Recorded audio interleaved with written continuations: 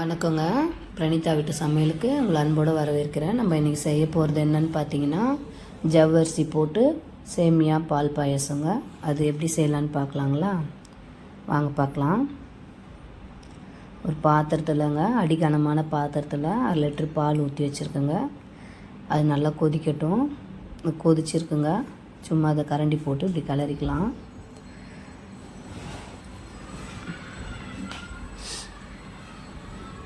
இது பாயசம் மிக்சடுங்க. இதையும் போட்டு நம்ம நல்லா கலரிக்கலாங்க. இது ரொம்பவே சிம்பிளாக இருக்குங்க. இது மட்டும் போட்டால் நம்மளுக்கு ஒரு மாதிரி இருக்கும். அதனால தான் நான் ஜவ்வரிசியும் சேர்த்து பண்ணியிருக்கேங்க.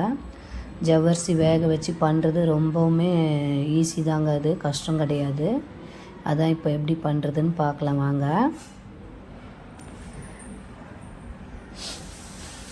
நம்ம எப்பயும் பாயசம் செய்யும் போதுங்க அடிகனமான பாத்திரத்தில் செஞ்சால் தான் அது வெந்து வரும்போது நம்மளுக்கு அடி பிடிக்காதுங்க. இல்லைன்னா அடி பிடிச்சி நம்மளுக்கு வாசனை வந்துடும். நான் சிம்மில் தானங்க வச்சுருக்கேன். கொஞ்சம் லைட்டாக சிம் பண்ணிக்கோங்க. இந்த டம்ளர் சின்ன டம்ளர் தாங்க. இதில் ஜவ்வரிசி போட்டு ஊற வச்சுருக்கேங்க. ஒரு 15லேருந்து 20 நிமிஷங்க ஊறட்டும். பாருங்கள், கலரி விட்டு பாருங்கள் எப்படி இருக்குன்னு. இது ஜவ்வரிசியை வேக வச்சுக்கலாங்க. நம்ம ஜவ்வரிசி செய்யும் போது பக்கத்துலேயே இருக்கணுங்க. இல்லைனா டக்குன்னு அடி பிடிச்சிருங்க. பிசு பிசுன்னு ஆகிடும், அடி பிடிச்சிரும்.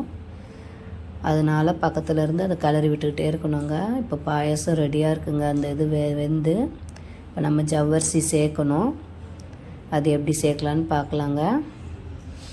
ஒரு கண்ணாடி பதம் மாதிரி வருங்க. மினுமினுன்னு ஒரு கண்ணாடி மாதிரி அது வந்தோடனே அதோடது வெந்துருச்சுன்னு அர்த்தங்க. அப்படி இல்லைன்னா நம்ம கையிலையும் எடுத்து பார்த்துக்கலாம். நசுங்கிருச்சுன்னா வெந்ததுக்கு அடையாளங்க அது. இதையும் பார்த்துங்க, அந்த சேமியா வெந்திருக்கான்னு பார்த்துக்கோங்க. நசுக்கி பார்த்தாலே தெரியுங்க சேமியா வெந்தது. அது பார்த்துட்டு இப்போ அந்த ஜவ்வரிசியில் அதுவும் வெந்து வந்துருச்சுங்க. நம்ம கிண்டிக்கிட்டே இருக்கணுங்க. கைவிடாமல் கிண்டுனாதான் அது நல்லாயிருக்கும். இது பாருங்கள், நான் வச்சுருக்க பாத்திரத்தில் எதுவுமே ஒட்டலைங்க. அதையும் சேர்த்துட்டு நம்ம இதே நல்லா கிளறி விட்டுக்கலாங்க. எல்லா இடத்துலையும் படுற மாதிரி நம்ம கிளறி விட்டுக்கலாம். ரொம்பவே சிம்பிளான டிஷ்ஷுங்க இது. ஜவ்வரிசி கஷ்டம் கிடையாதுங்க. இந்த பாயசம் மிக்சர் போட்டு ஒருத்தவங்க என்ன பண்ணுவாங்க, அதோடு நிறுத்திடுவாங்க. ஜவ்வரிசி போட மாட்டாங்க. இது ரொம்பவே ஈஸிங்க. ரொம்ப ஈஸியானது ஒன்று. அது பார்த்தாலே தெரியுங்க நம்மளுக்கு எப்படி பண்ணுறோன்னு. பார்த்தீங்கன்னா பாருங்கள், ரொம்பவே சிம்பிளானதுங்க. அந்த இதுலேயே சர்க்கரை இருக்குங்க. அந்த சர்க்கரை நம்மளுக்கு பத்தலைனாங்க சும்மா ஒரு 4-5 ஸ்பூன் போட்டு பாருங்கள். இதுவே கரெக்டாக இருக்குங்க. நான் 4-5 ஸ்பூன்லாம் டம்ளரில் போட்டு வச்சுருந்தேங்க. அதை தான் எடுத்து சேர்த்துக்கிறேன். ரொம்பவே நல்லாயிருக்குங்க. இந்த பாயசம் இப்படி செஞ்சு பார்த்துட்டு எனக்கு கமெண்ட் பண்ணுங்கள். நெய்யில் திராட்சை அதில் போட்டிருக்காங்க. இருந்தாலும் நம்மளுக்கு நிறைய வேணும்னா திராட்சை நெய்யில் போட்டு நம்ம சேர்த்துக்கலாங்க. அதில்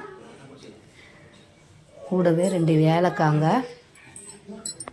அதையும் சேர்த்து நல்லா நம்ம இப்படி பண்ணி போட்டோம்னா அந்த வாசனையோடு நல்லாயிருக்குங்க பாயசம் சாப்பிடும் போது. இது எப்படி இருக்குன்னு பாருங்கள். இது பாருங்கள் எப்படி வந்திருக்குன்னு.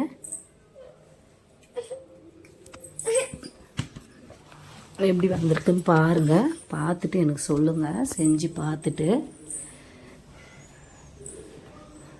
இதையும் போட்டு நம்ம கலரி விட்டுக்கலாங்க.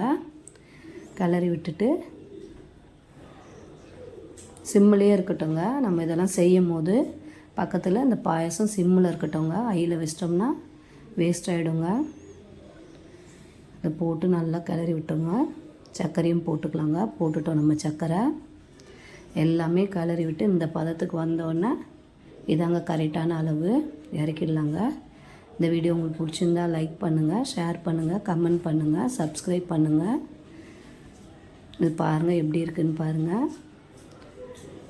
இது ரொம்பவே நல்லாயிருக்குங்க. நீங்கள் செஞ்சு பார்த்து சாப்பிட்டுட்டு எனக்கு சொல்லுங்கள். Thanks for வாட்சிங்க.